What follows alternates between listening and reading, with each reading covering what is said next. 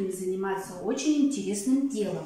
Мы будем учиться зашивать дырки, да? Перед вами лоскутки и иголочка с ниткой. Берем иголочку, берем с ниточкой внимательно и начинаем вдевать ее в лоскуток.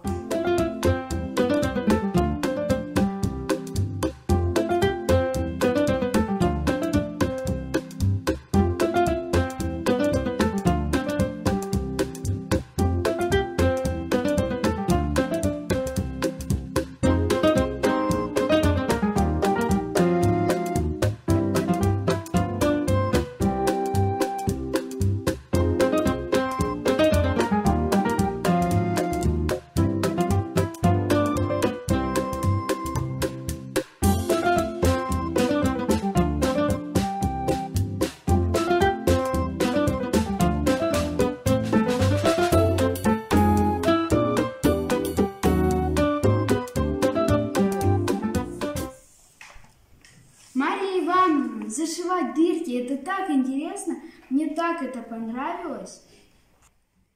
Мария Ивановна, я все заштопала, дайте еще.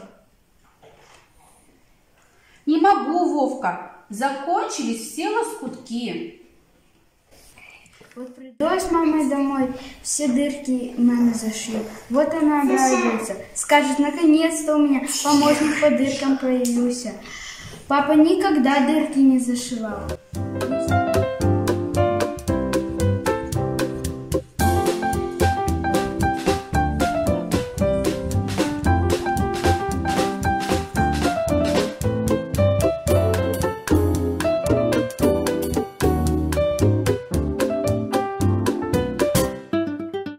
Вовка, пошли кататься на санках. Нет, Петька, я сегодня не могу. Буду маме помогать дырки зашивать.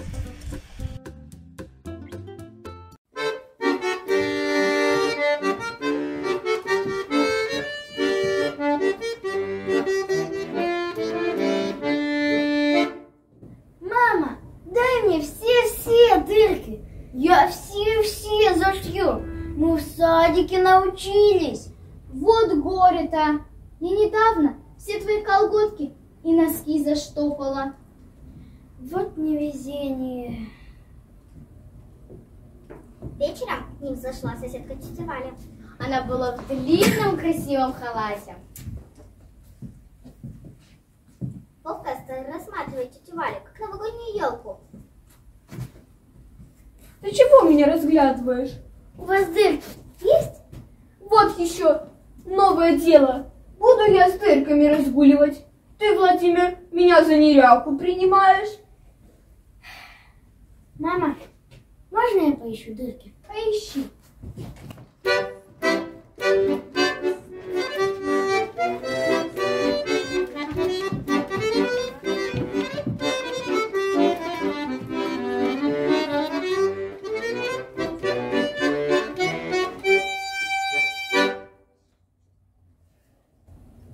Скоро Вовка обнаружил дырки.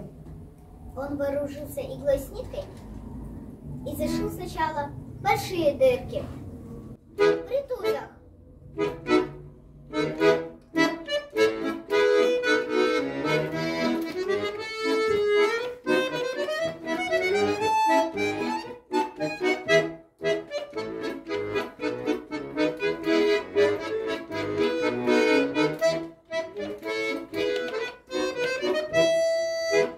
Потом дырки поменьше, в рукавицах.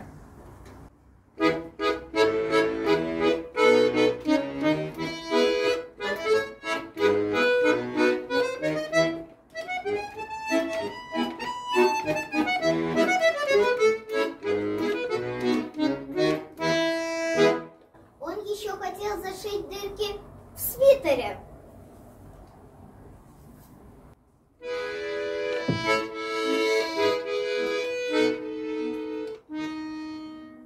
Да времени не хватило.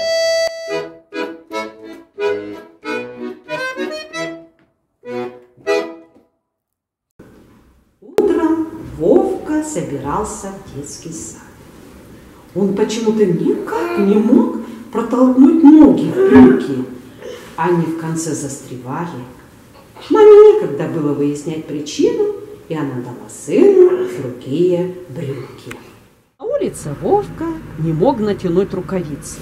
Да какой же Барабашка твои вещи заколдовал? Этот Барабашка любит дырки зашивать.